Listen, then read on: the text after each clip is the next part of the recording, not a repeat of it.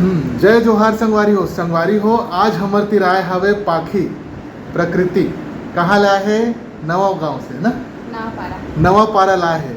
और ओकर मम्मी बताते है लइका बने खाए पिए नहीं, वजन नहीं बढ़त है, बने खाए पिए के सलाह बताओ।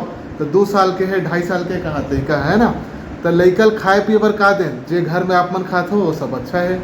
अपन घर के बने दाल चावल सब्जी से बढ़िया कुछ नहीं है। अब मैं मना काला करता हूँ, ये सब बाहरी चिप्स कुरकुरे पाकेट वाकेट सब आते ना, वो मतलब छोटे लइका मतलब मत दे करो, ठीक है। और घर के बने दाल चावल सब्जी बढ़िया है, दूध रोटी दे दे बढ़िया है, दूध में मुर्रल घोर के दे दे बढ़िया है, दूध में मखानल घोर के दे दे बढ़िया है।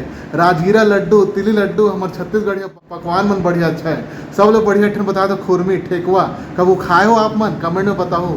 खुरमी बढ़िया चीज़ है, लइकल धरा दे बने चुचरत रही खावत रही, गेहूँ आटा बने रहते और घी मिला के बनाए का बात है ना। और दाल में थोड़ी घी बना के दे, घी मिला के दे करो, दाल में थोड़ा घी मिले रही ना वजन बढ़ी। मुनगा सब्जी बहुत फायदेमंद है, मुनगा चुचरल से खाए करो लइका मतलब बड़े होते तो है।